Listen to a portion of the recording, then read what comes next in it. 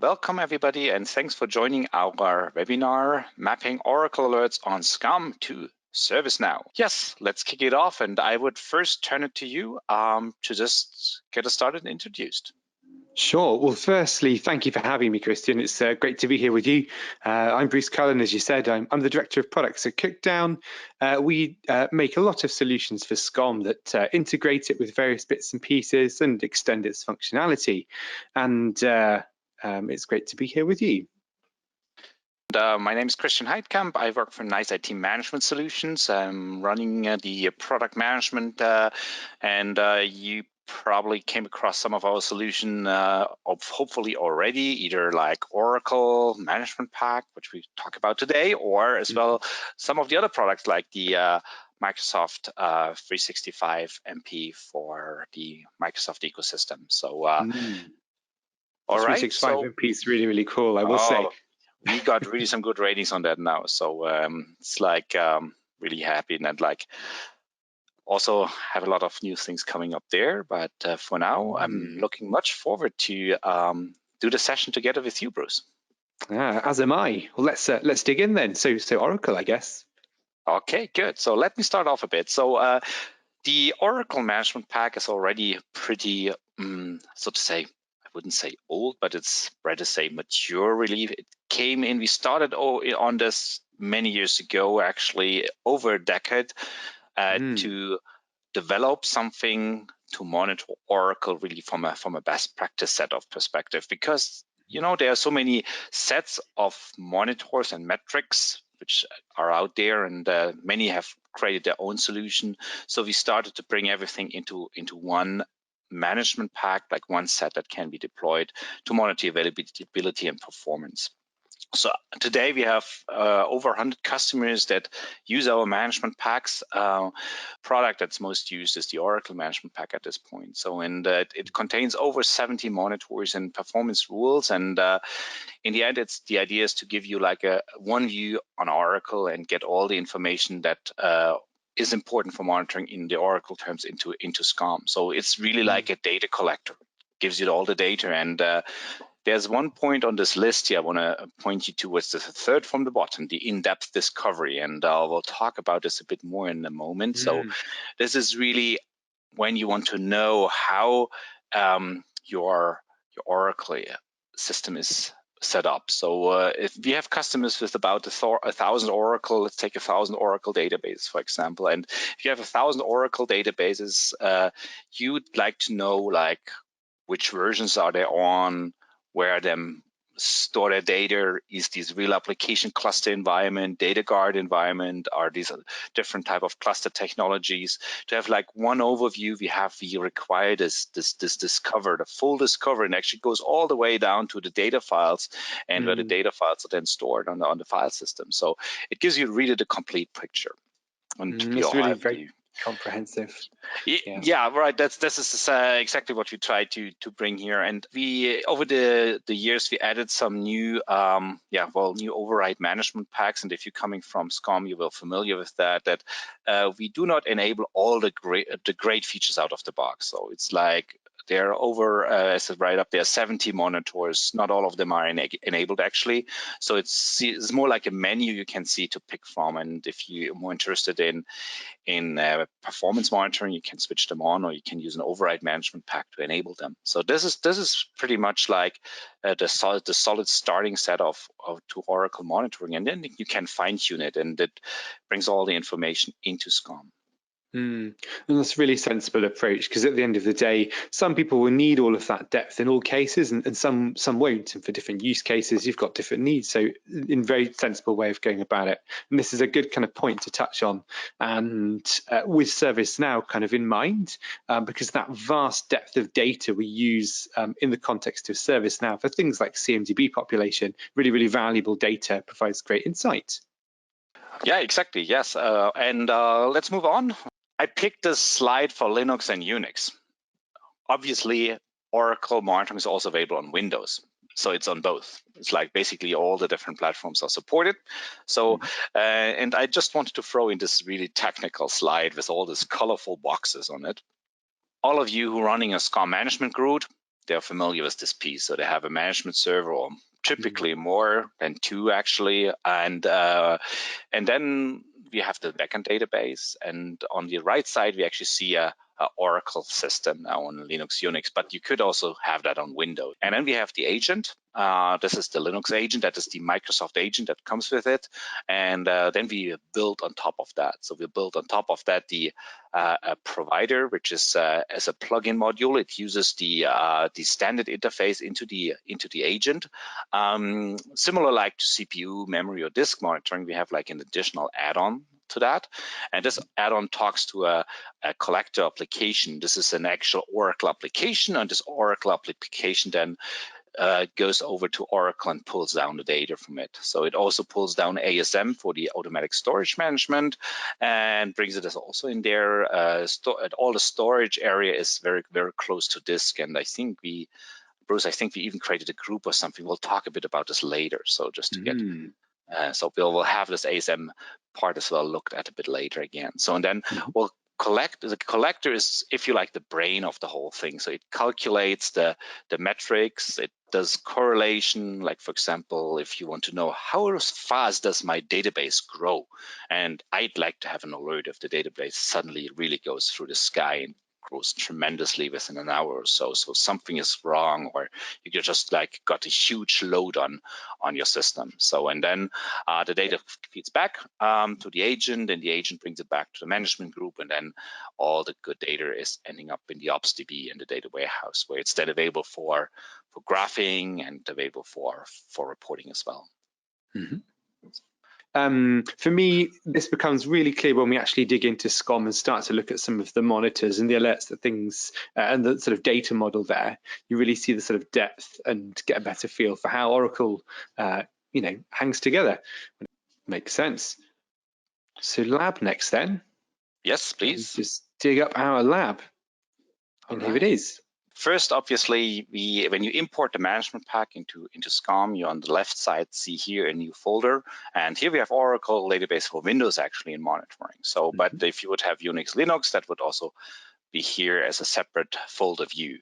And we have a couple of views in here. So we have typically state views, we have a dashboard view. I move over to in a moment, but I just like to start here with the diagram view, because it actually shows you how nicely it actually builds on top of the Oracle computer. So the whole monitoring, or the health model, as you say, is built on the actual computer. So it's not an unhosted model, it's hosting actually on the agent, which has the advantage that we can easily correlate problems between operating system management packs raised alerts or state changes with state changes that come from the management pack, from the Oracle management pack.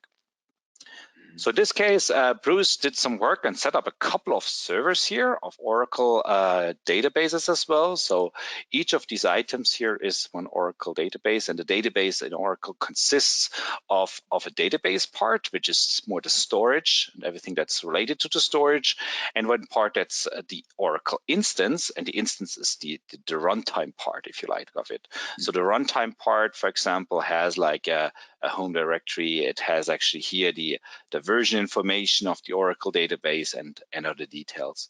While on the database side, if you go down further, we would actually see here the redo log files, the control files, and then further go down into the table spaces, and from the data, if the discovery is enabled, we would also go down to the data file. So we also have separate views for that, which are here on the left side. So table spaces, data files, and so on. And then if there would be a problem, let's say, for example, with one of the specific table spaces, it will be rolling up all to the top. And that really gives you like a good view here. And we actually see that there's a yellow alert. So I'm not sure, Bruce, if you have broken something, but let me just check. Certainly possible. I was doing some fiddling. You did? Okay, let's see.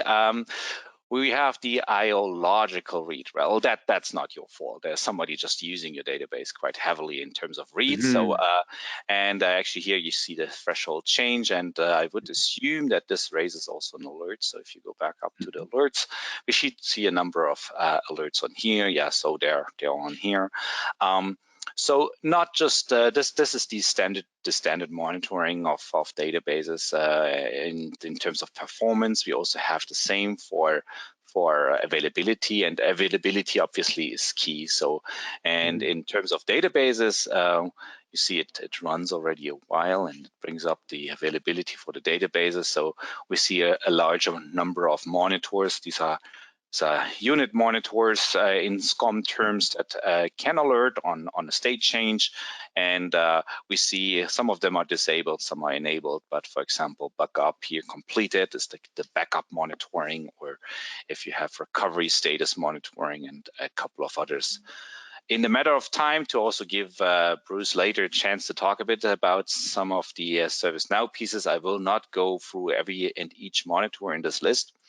Just give you like just a short impression of what is available, and all of those monitors come with product knowledge here, which explains what to do, and then you can do the typical changes, as you would know, via like override changes in the monitoring area.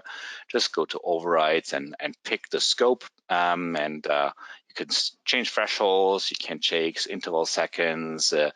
We actually did have, we do have all monitors are free state monitors, so you can always decide if you just want to have a warning or a critical and changes accordingly. So so we give this flexibility just into the overrides.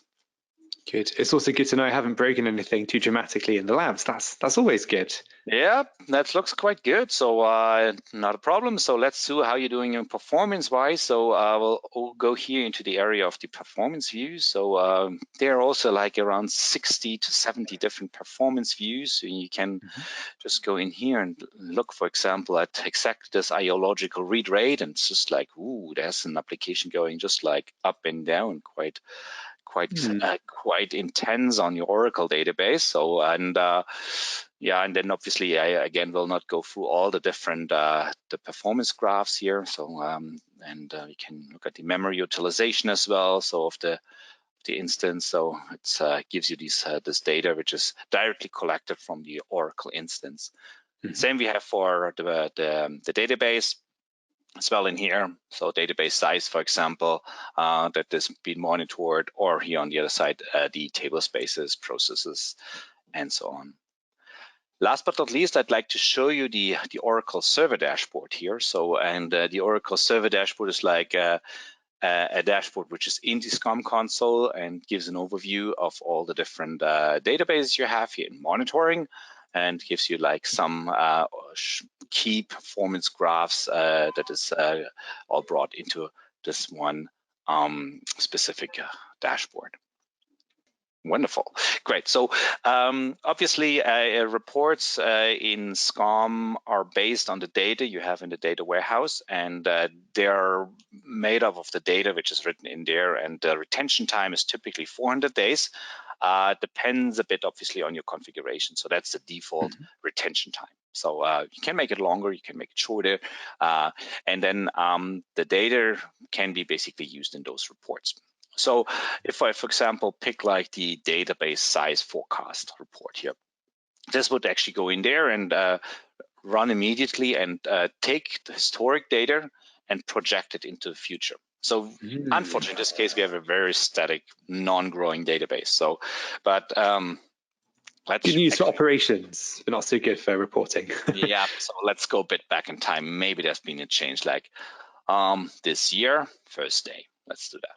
Let's see if there was a change this year. So that was fast. Let's see. Yes, actually there's been a very slight increase, but imagine like if this is a database of your order processing, or it hopefully goes up, right? So, and processes orders and not going to be steady. So, and it would actually project into the future when a certain size in gigabytes will be reached. So in that case, you can go in time and ask your boss about more money to get more exactly storage, whatever you need for that. Right? Great for budget planning when it comes around to the annual budget crunch. So you can get your disk requests in early. Exactly, and can temper the data. It's in the SCOM data warehouse, and you don't want to fiddle around with that. So that's really good, because the reports here, they're really taking the data right out of there, and this is real data. So we have an SLA report. Obviously, the SLA report is key for most people that needs reporting on the service level of their environment. So I will also run this, and let's see if we have a number of database on here. This runs a moment. So we have predefined filters here. So I should have put in here Oracle. Otherwise, it just brings me up all groups. So let's see, Oracle database groups we've got a Linux environment actually here. So I'll have to pick that one. So, and let's run the report. Yeah. And get the SLA data from that. Yes, it's all red. That's what I feared. So a dev system. Yeah. Well, not the best case, but typically this should be all up green. So and the report. So, but the availability tracker will then show you when it turned red, and give you a chance to troubleshoot that. Right. Quickly back to the report. So just to give you an overview, besides the standard reports, we also provide reports on the automatic storage management. So these are really around the space that's used on the disk, and it also gives you a forecast for the disk. Maybe this is really even more usable than when you go and request for more space, because it doesn't only tell you the size of the database, but actually on which disk groups the size is used and the forecast for that. That's really useful. Yeah. As much specific information as possible means it's sort of more actionable. That's great. If you can grab the presenter role, then I've got it. I think I can. Here we go. So you should now be seeing my screen. Okay, great. So we ended up with the diagram view, and maybe I just let me tell you a very short story which brings us to the topic of ServiceNow, because I think it was 5 or 6 years back when in 2014 or 2015, when we had a customer actually asking us about the Oracle Management Pack, and they came us and say, yeah, we need actually the Oracle Management Pack. So like, yeah, what's your plan with it? They typically ask the customer what they plan to do with it, that we can actually bring them into the right direction of using the product. So, and they said, well, actually, we need exactly this data here about the databases, about the instances, and all this object we actually need in ServiceNow, that when we use incidents, that we can actually put them to the right objects. So like you discovered this already, and this is like the real data, because that's discovered every 4 hours, refreshed, and bring this in ServiceNow. So say, yes, we told them, yeah, sure, we can give you all this object data, but sorry, we cannot help you with the ServiceNow integration. So you might ask some consulting services we referred to at that time. So, and after, I think, 2 or 3 years back in 2018, 2019, when Bruce came up with the idea of building this connector, say, yes, this is the case, which we had a couple of times already. And I'm really curious now to see how you solve that integration. Bruce.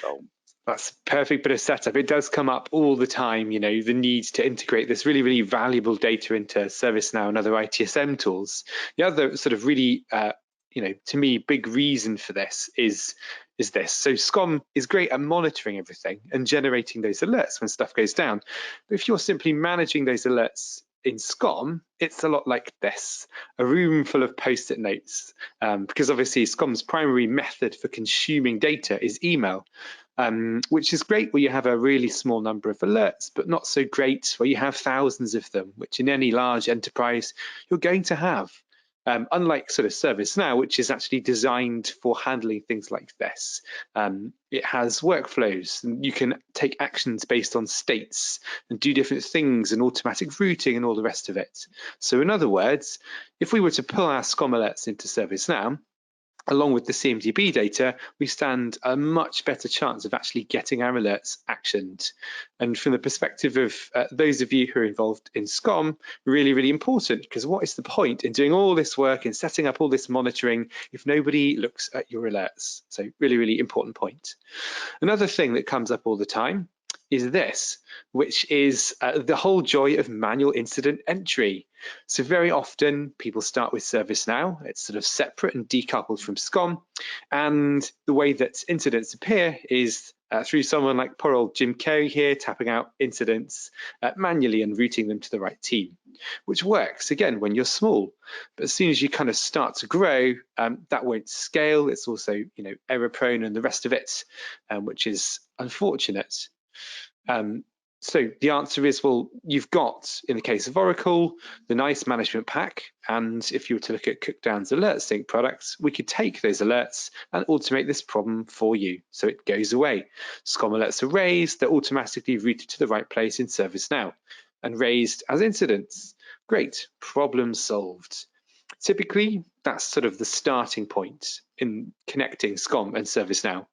But then people realize that, hang on a second, incidents alone are only part of the answer. It's great to know that an Oracle instance is down, but it's the extra context that is needed that goes from knowing something is wrong to being able to do something about it quickly. So for example, an Oracle instance is down, great, but what server runs it, who owns it, and where is it located? All of this context is needed for this data to be truly useful. And that's where the CMDB comes in.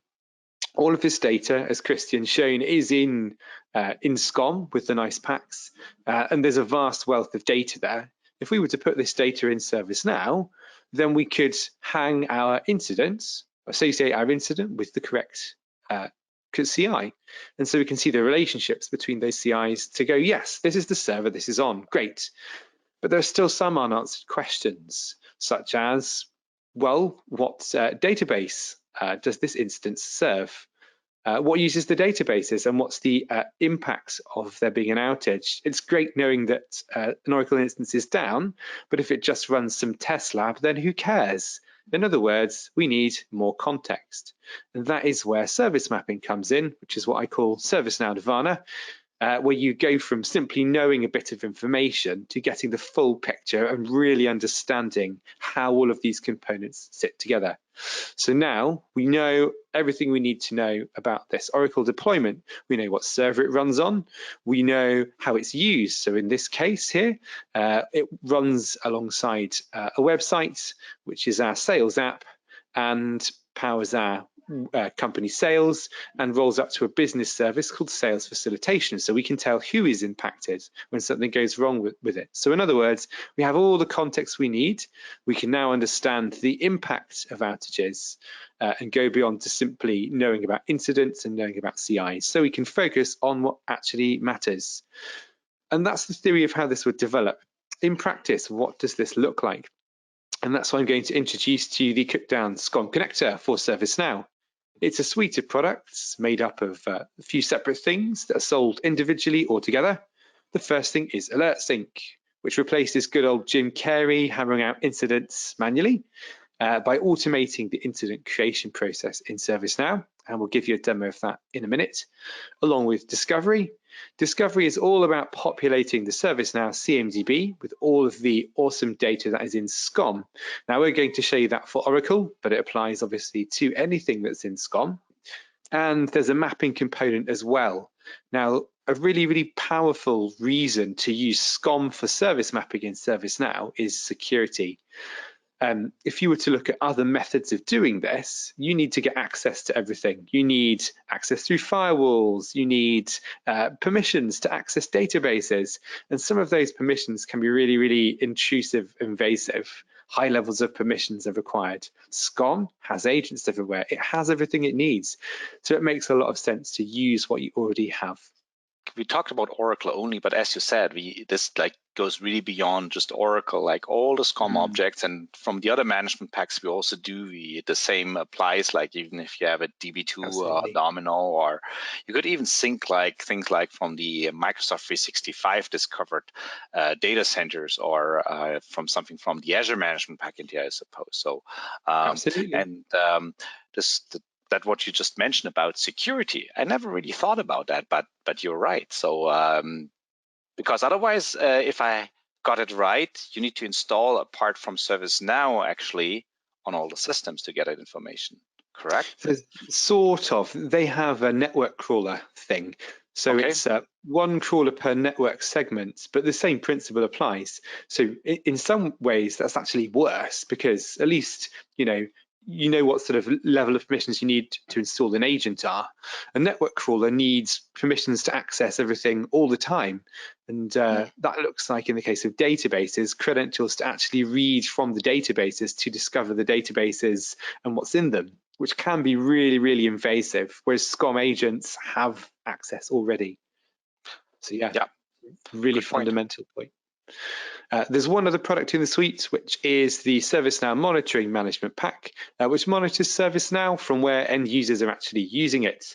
So user experience is really, really the focus of this one. And this is a free product, so you can just go to cookdown.com and get it. But really, really important. It's one thing knowing ServiceNow is up. It's another thing knowing how it's performing. And that is enough slides. I think it's time for a demo. So back to my lab. So we looked at this earlier. We've got the object model in here from the Oracle Management Pack. And you saw earlier that we have an alert here. Something is wrong with this database. If I go to active alerts here are my alerts. We want to push these guys into ServiceNow. So I'm going to push one over, and then I'm going to talk about how it actually works. I'm going to push this guy through. I've set my lab up such that any alert in the raise incident state is pushed across to ServiceNow. You can set this up in a number of different ways, but that's how I've done it, just so not everything is always there. And while that's being pushed across in the background, I'm going to talk about how it works. So we have a management pack in SCOM that exposes a small bit of UI. It looks a bit like this. You put in run as accounts into SCOM using its native functionality. You put in your ServiceNow details and create a connector. The connector is the thing that governs which SCOM alerts are sent. And then we have some checkboxes to turn off various bits and pieces that I'll show you later. In ServiceNow, there is a store app that's certified by ServiceNow as well. We'll come on to that in a second. But the thing I want to kind of highlight here is this, the connector.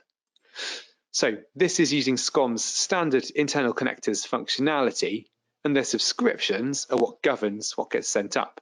Really, really valuable, this, because rather than just simply sending across everything or having to go through alert tuning for any product, you can pick in here. So let's say you've got prod and non-prod groups in SCOM, you can pick only prod or whatever you want, or the whole management group, which is what I have selected. We have targets. You can pick to forward alerts from a specific target or management pack, say the Oracle one, or from everything. And then the most common way of filtering is criteria. So in my lab, as I said earlier, only those alerts in the raise incident state are sent across. Just gives me something to demo real time. In reality, we see all kinds of different deployments and ways of going about doing this. There isn't a single right way, but that's how we do it. The next thing to see is ServiceNow. So this is our ServiceNow certified store app. It has a sort of guided setup experience which takes you through deploying it. It's ServiceNow certified, so you get it from their store. It's not some kind of strange, XML file or whatever. And ultimately, it receives the SCOM alerts that come in. So this is where they will appear. Here's one I sent across earlier. Oracle Logical reads high.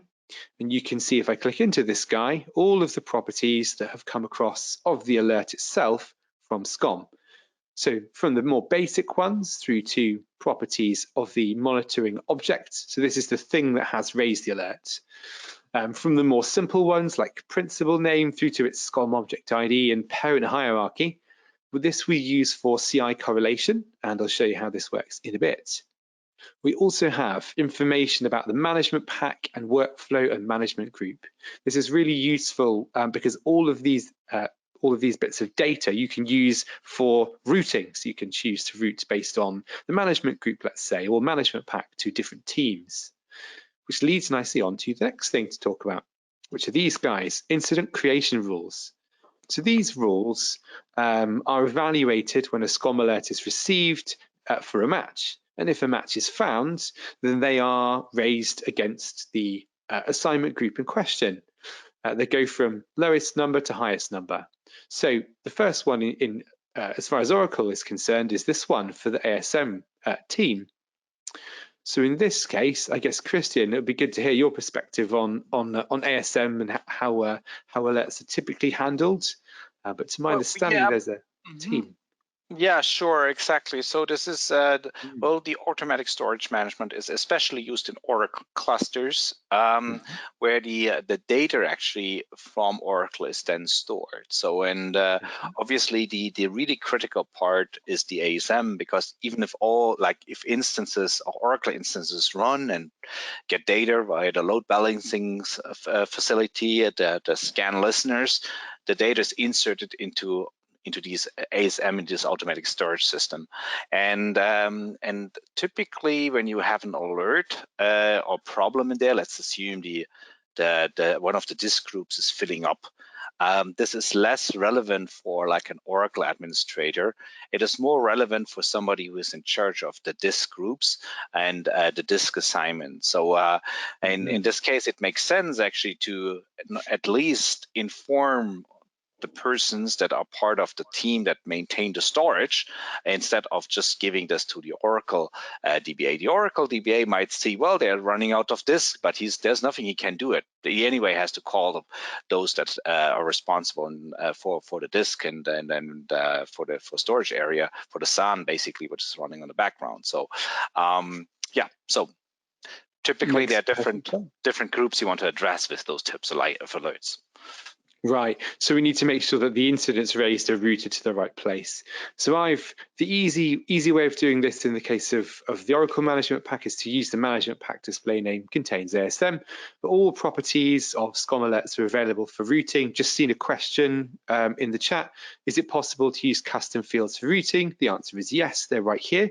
So let's say you had a custom field that contained a group name or an email address or something, you could use that here as well. So we have this rule. This is our highest priority rule of the two Oracle rules in my ServiceNow instance. And we have another rule, which is for everything else. So in other words, if it's an ASM rule, it goes to the ASM team. Otherwise, it will go to the Oracle product team. And I've done that by looking at management pack name contains Oracle.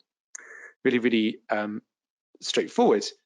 So the other thing to know about what's in here is we have the ability to automatically map incidents raised to the correct CI.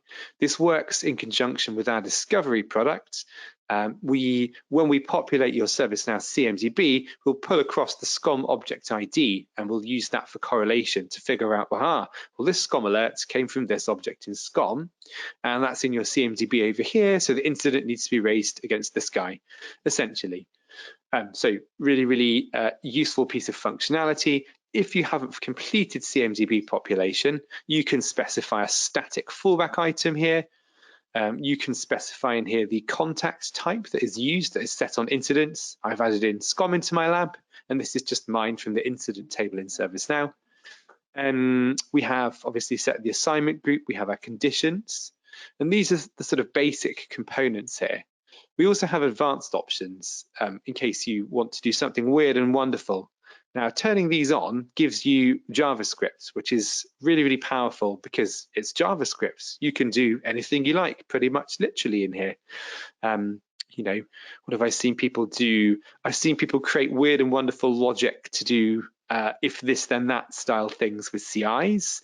I've seen people assign incidents to individual people with scripts using this. But the more common case for using scripts is the case of advanced updates.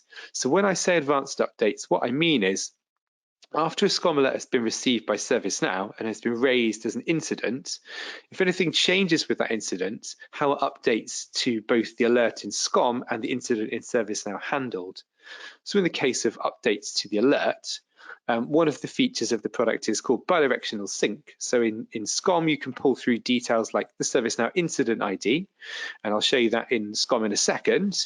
So you can see the incident ID and who it's assigned to and whatnot in SCOM. So you don't have to be flicking between the two systems.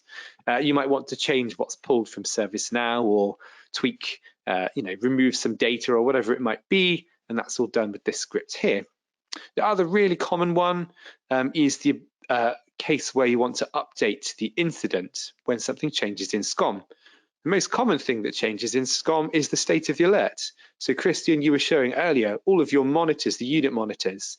Obviously, if something goes healthy again, the alerts are closed. And you don't want to have to come back to ServiceNow and touch the incident as well. So if you use this script, when the SCOM alert is closed, the incident is resolved for you, and you get a little note in it that says this has been resolved in SCOM. So you don't have to double touch the thing, which is great. In the next version, which we're about to release the release webinar registration for, this will become a checkbox. So you won't have to write a script for this piece of functionality, which will be great. I could talk for a long time about what's coming in the new version, but I need to stop myself.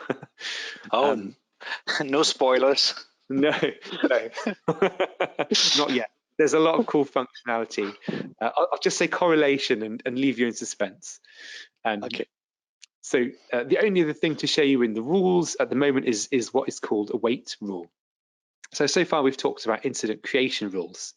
And the one checkbox on them I didn't talk about was this guy, the wait rule checkbox.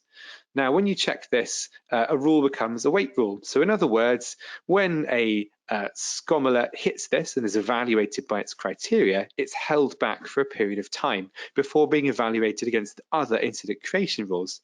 This is really good for flapping alerts. If you have a case where SCOM alerts come in and close really quickly, frequently, you can hold those back for a period of time. And then in the incident creation rules, specify that the alert must be open to be raised as an incident. Problem solved. And that's how these are used. And ultimately, the thing that we really care about is the incidents. So while we've been talking, the one I pushed through from the SCOM console is here. Oracle Logical reads hi. It's been raised as an incident 98, and this is what it looks like. So this one has been assigned to the Oracle product team. It's got nothing to do with ASM. You can see we set the caller to the service account we use under the covers. That's set in the underlying configuration here. We set the CI because we've done CMDB population. The CI here we've picked is the Windows Server. And if I click on this guy, we start to get a view into the CMDB. So you can start to see what we've put in here in our CMDB. So we have the databases and the instances, the Windows servers, and then because we've got other data in SCOM, like the fact we have the Azure Management Pack in here, we can link all of this stuff from the Oracle Management Pack with data that was already in ServiceNow, already pulled from SCOM, which is really powerful. I'll go into this a bit more in a minute. So that is the basics of incident creation. But obviously, the point of having an incident is to get it looked at. So someone would come in here and they would move this to the in progress state. Maybe they pick a service to assign this to. Just for the purpose of not scrolling through a list, I'm going to pick SAP and I'm going to update this guy. That update that I made will be pulled back through into SCOM with Bi-Directional Sync. If I go to, here we go, this view here, the alert view, you'll see that the alert has had its incident, its ticket ID field filled in, and custom field 1 has been filled in with the assignment group, which is how we use it by default. I showed you how to customize it in incident creation rules a minute ago. And if we were to wait here long enough, we would see that the other fields begin to be filled in with the extra data. So we'd see the state get filled in, which I think is in another custom field that's off screen. And while we've been talking, look, the service has been filled into SAP Enterprise Portal. Let's just chuck a few more of these custom fields on here. We should also see, there you go, the state and the CI in here as well. So in other words, you don't need to go into ServiceNow to see what's happening with the tickets, which is great. Bi-directional sync working there as it should. So that is Bruce, just a question: is this does this sync triggered by changes, or is it a scheduled sync? The latter. The former. It's when something changes on an incident. On the SCOM alert, there's a flag that's checked, which is here, called updates for SCOM. SCOM pulls ServiceNow and only pulls updates from tickets where this checkbox is set. Because in reality, you're going to have thousands of SCOM alerts, unlike my 27 in my demo lab right now, and you're not going to be wanting to check all of them because that wouldn't be very performant. So when something changes on an incident, the SCOM alert is marked as pull data from me, and the latest information on the SCOM alert and its incident are pulled back through into SCOM. It's a really good question, that.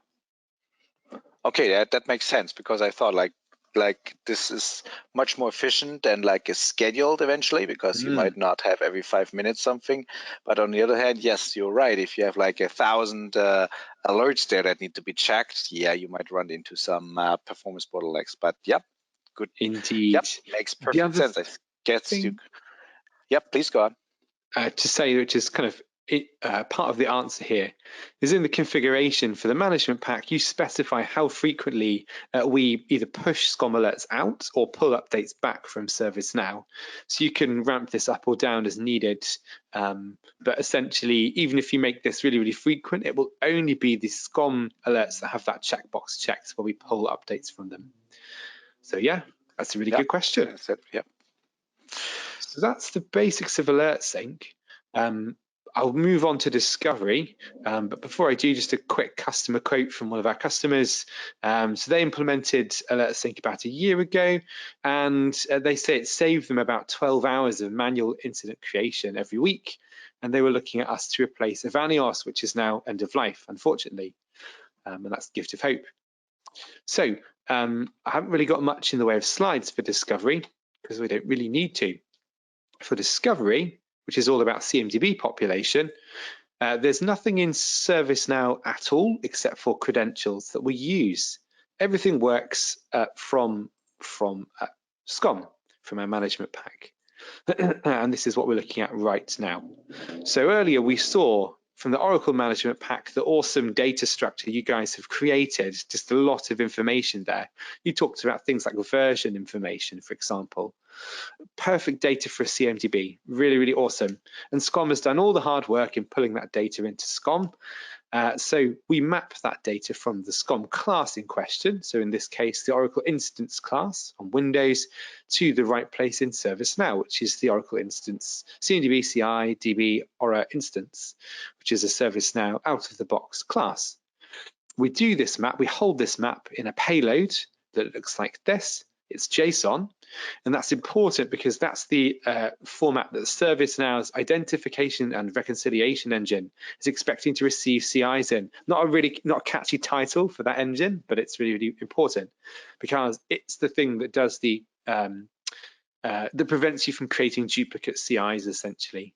If you already have the Oracle instance in your CMDB, but it's only got its name on there, and you want to add extra properties like version from the NiCE management pack in Oracle Home and Edition, then you can do that without creating duplicate CIs. Really important point. And the other thing that's really important about this is we are providing the Oracle instance, but because the NiCE packs have a really sensible hierarchy in their object model, we can traverse that hierarchy and know which Windows server the instance runs on. So we can pull the Windows server as well and the relationship between it to draw that relationship out in ServiceNow.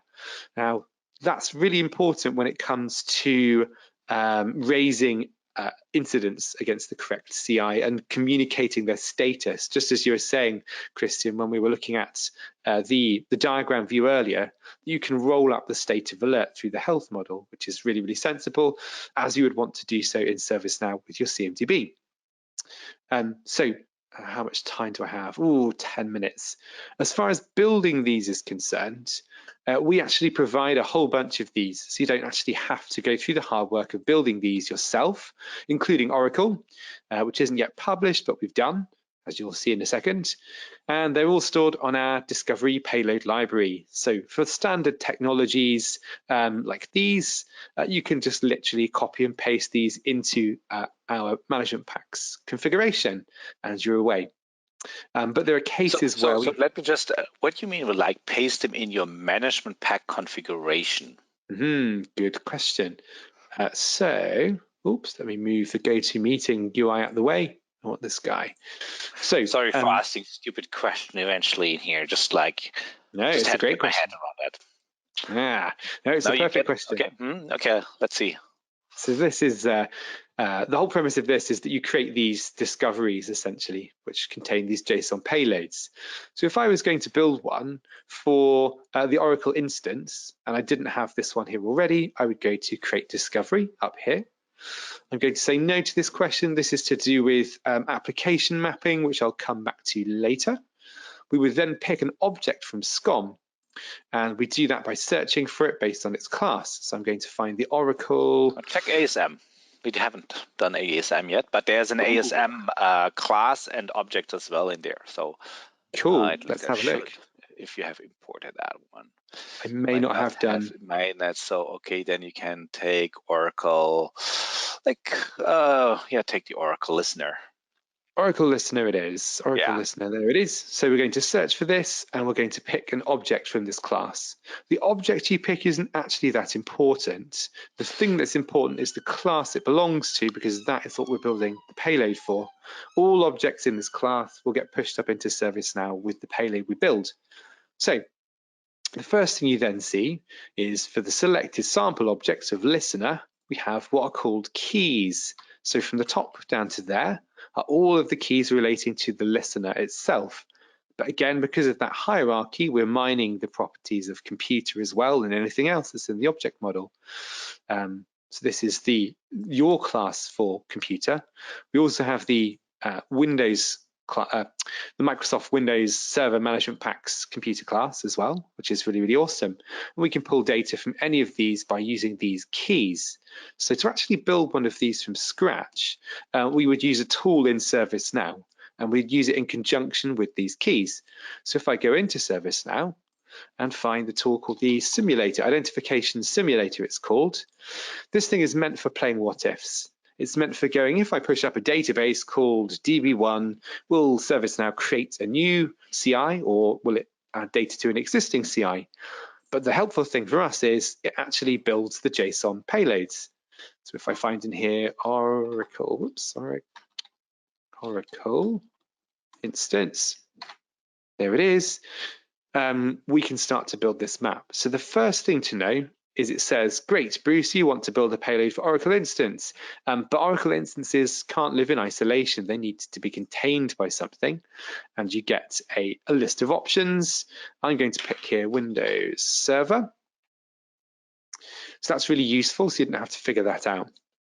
The next thing it tells you is for each class in ServiceNow, you need to tell it how you're going to provide, how you're going to tell ServiceNow it's unique. And you get given all the options available to you here. So in the case of Oracle, I've seen from the NiCE packs edition, name, and TCP port, I think, from memory. So we would go in here and we would copy and paste the keys into here. I'll just do it with one just to illustrate the point. So edition, for example, I'm looking at listener. The computer, the listener doesn't have the edition. So I'm looking at the wrong class. Yeah. That's my fault. Well, this will still illustrate the point nicely. So we're going to copy a key, just Control-C, Control-V it in, and that would then get replaced when you push this into the SCOM console with the correct value for all objects in the class. Just to get it to build something, I'm going to put some values in here. I'm going to also do that for Windows Server, and then I'm going to hit Generate Script, and there we go. There is our payload. So there's a few really good reasons to use this tool to do this. So it told me that Oracle instances need to be contained by something, one. It told me how it needs to be identified as unique, reason two. And the third one is this point here, relationships. ServiceNow has got a couple of hundred different types of relationship in it, which is really, really annoying when it comes to actually building these things any other way. Because they all behave differently in the same way that sort of hosting and containment relationships in native SCOM behave differently, so do these different types of relationship behave differently. So it's not just the words that are used. But again, it's done the hard work, and it knows that the Oracle instance runs on the Windows server, so it's picked the correct type of relationship.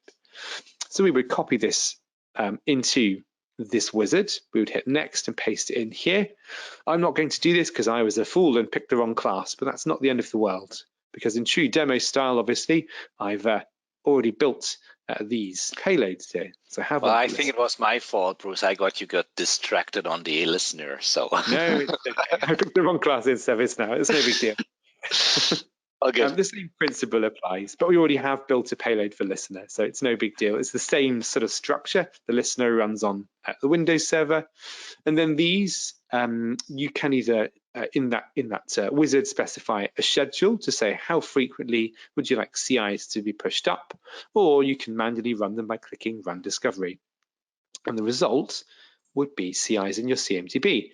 So this is exactly what we were seeing earlier, basically. So we have our instances and our listeners running on our Windows servers. We have other data in our CMDB that we've pushed up earlier from other classes. So we've got data from the Azure Management Pack in this case, but ultimately anything that is in SCOM, in Discovered Inventory, can be pushed up into ServiceNow.